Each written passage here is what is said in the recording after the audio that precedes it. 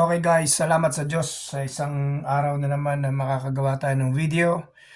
Welcome back to our channel, Juan de la Cruz. Today pag-uusapan natin yung top 5 or I would say 6 na aking everyday carry or ADC. So usapang ADC tayo today. So syempre hindi nawawala itong aking wallet na napakanipis. Wherein dito ko lahat nilalagay yung mga credit cards and everything, driver's license. Tsaka napakanipis lang niya. Nag-iipit din ako ng konting cash just in case kailangan. Napaka lightweight, napakanipis at napakadaling bitbitin. Kasi yan, 3.5 inches lang siya yung kanyang haba. Tapos yan, 3.5 by 2.25 lang. Tapos manipis lang siya. So ito yung kine-carry ko kahit na anong weather. Summer hanggang winter. Hanggang mag-summer ulit. Ito pa rin. So next one is itong aking K-bar na TDI. Ito yung paborito kong fixed blade na carry. Sa dami nang na-try ko, one of these days maggagawa ako ng video yung mga knife na nagustuhan ko at binili ko. But so far, for the past siguro mga 6 na taon or 8 taon ko na tong carry. And it never fails, super sharp pa rin. Grabe pag pinanghiwa ko to ng kahit na ano. Yung angle niya, I normally do my homework bago ako bumili ng knife. At the same time, kung meron akong makitang maganda, sinusubukan ko siya. But ito, 2 thumbs up. One of the best. Retention, angle, deployment, everything. Napaka ganda nitong knife na to. Ang daming mas in-depth na review nitong knife na to, pero para meron lang kayong konting idea, yung kanyang blade is, I would say, ayan, wala pang 2.25 inches lang din. Oh. Kung dito natin i-measure, ayan, wala pa siyang 2.5. Tapos yung handle niya is yan, 3.25.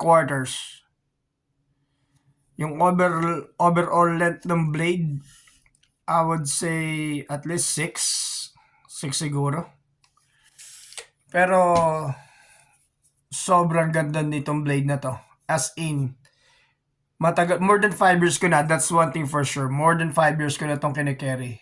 K-bar, TDI. Gusto ko rin yung Tanto blade eh.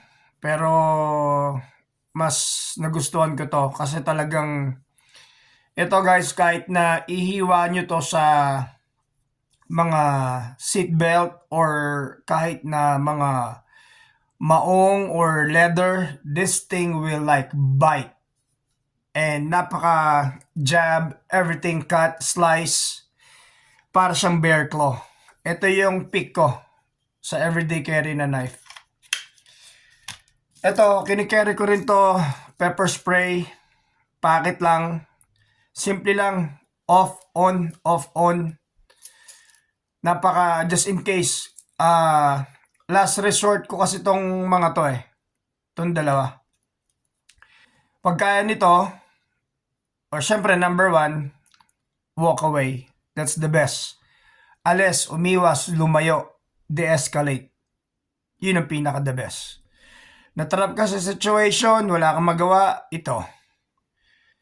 Hindi pa rin, ito. But, God willing, wala tayong gagamitin sa kahit na ano na to. And sa flashlight naman, ito yung gamit ko. Itong All-Light.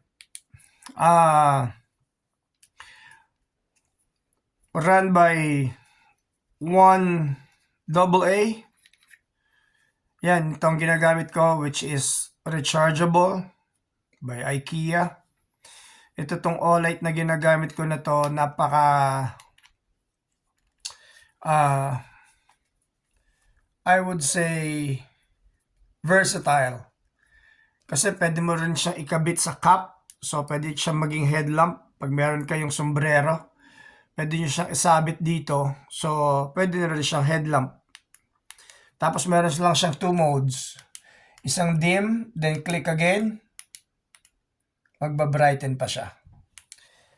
Tapos ganoon din. Maliit lang yung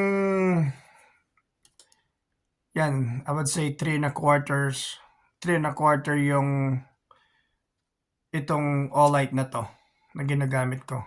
Titanium to eh. Ito yung titanium. And of course, ito yung aking wingman. I think I've been using this for almost 10 years. 10 years ko na tong carry.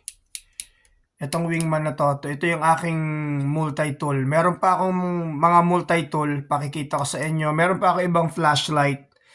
In the future, gagawa natin ng video. Pero para short video lang today, ito yung aking talagang top pick. Napakaganda nitong wingman na to. Never fails on me. So super quality yung mga accessories na nandito. Pero lagi ko ito nagagamit, especially pagka magtatanggal ako ng kalyo sa workout, kabibit-bit, of course, pagbalat ng fruits, everything. Nagagamit ko rin yung kanyang mga heads, flat, Philip, dito naman sa kabilang side, ayan, can opener, file, tapos syempre yung kanyang knife with serration din, tapos yung scissors, at the same time yung kanyang long nose plier. So sa lahat ng multi-tool ko, ito yung napili ko, and I've been using this matagal na. Leatherman wingman. And of course firearm, ito yung kinakarry ko, SIG P365. O nga pala, YouTube, it's already safety check prior to filming. Safety check na yan, safety check na, and there is nothing na for sale dito sa video na ito. I'm just showing my EDC. So balik tayo rito sa pistol. Ito yung carry ko is SIG 365X Macro Tac Ops. Ito yung 365 Tac Ops na extended yung mag release at meron na rin siyang magwell. Pero nagpalit ako ng aftermarket na frame na Icarus, which in my own opinion, super yung improvement when it comes to ergonomics. Meron din siyang gas pedal or thumb rest. Yung Picatinny rail niya, ganun din. Same as tumatanggap din siya nung kagaya sa 1911 and everything. But when it comes to texture, magwell, function ng magazine dito na yung magwell, hands down, hindi ako nagsisisi na nagpalit ako nitong Icarus na polymer. Napaka super ergonomic hawakan. Don't get me wrong, nagustuhan ko na yung stock na frame, but nung nahawakan ko yung Icarus na frame, sabi ko I need to upgrade doon. So tinago ko yung original, of course. Then yan yung aking top 5. So kung meron kayong questions, suggestion, or anything, comments, please lagay nyo sa comment section, and like, share, and subscribe para pa sa ating mga future video. Okay, quick video lang tayo. Ito yung aking everyday carry. Thank you so much, and of course, to God be all the glory.